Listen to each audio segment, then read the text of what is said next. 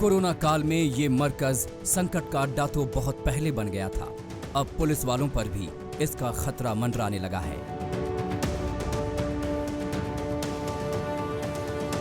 जान पर खेलकर क्राइम ब्रांच की टीम ने मरकज से जमातियों को क्वारंटीन सेंटर और अस्पतालों में पहुंचाया था, लेकिन उन जमातियों के मुखिया मौलाना साद को इसकी कहां फिक्र है। वो सिर्फ और सिर्फ छिपकर तमाशा देख रहा है, झूठ पर झूठ बोल रहा है। वकीलों की फौज खड़ी करने वाला साद अब सामने नहीं आता। या तो ऑडियो संदेश जारी करता है या फिर उन्हीं वकीलों के जरिए दांव पेंच चल रहा है। मरकज संकट बढ़ने के बाद से मौलाना छिपा हुआ है, तब से वो सामने नहीं आया। अलग अलग दावे करता रहा, अपना संदेश जमातियों तक पहुंचाता रहा है। कुछ लोग अभी भी क्वारंटाइन में हैं, तो ऐसे लोगों की कोरोना के मरीजों के इलाज के लिए प्लाज्मा यानी खून डोनेट करना इसकी ज़रूरत है।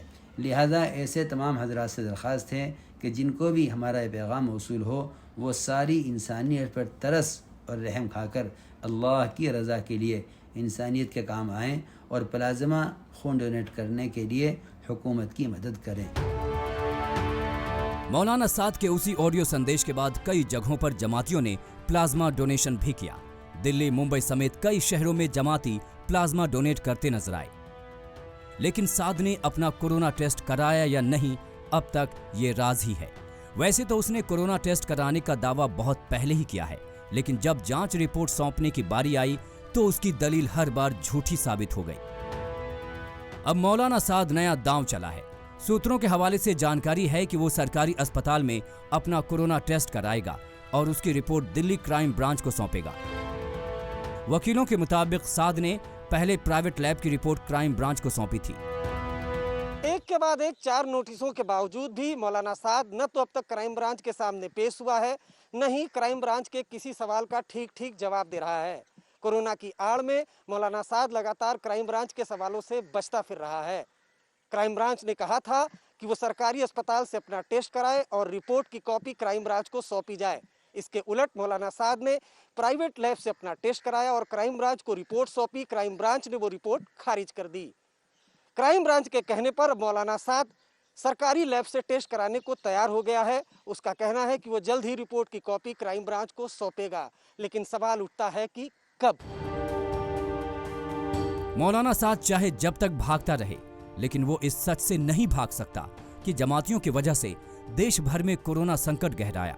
मरकज संकट नहीं हुआ होता तो लॉकडाउन 1.0 की कामयाबी आंकड़ों में दिखती। दिल्ली के सीएम केजरीवाल भी मानते हैं कि मरकज के मामले ने मुश्किल बढ़ा दी। किसी भी एक व्यक्ति विशेष के ऊपर या किसी भी एक उसके ऊपर वो एक इंसिडेंट था जिसकी वजह से जिसमें ज़्यादा लोग संक्रमित हुए, लेकिन किसी भी एक कारण को ये देना, जब पूरी दुनिया के अंदर हम देख रहे हैं, स्पेन में, इंग्लैंड में, अमेरिका में, इटली में, फ्रांस में कितनी बुरी तरह से कोरोना फैला हुआ है। अभी दिल्ली का कोरोना ग्राफ 4000 के पार जा चुका है। 60 से ज्यादा लोगों की मौत भी हो चुकी है। इसमें बड़ी संख्या उन जमातियों की है जो मरकज से निकाले गए थे। पुनीत शर्मा और चिराग गोठी के साथ अरविंद ओझा, दिल्ली।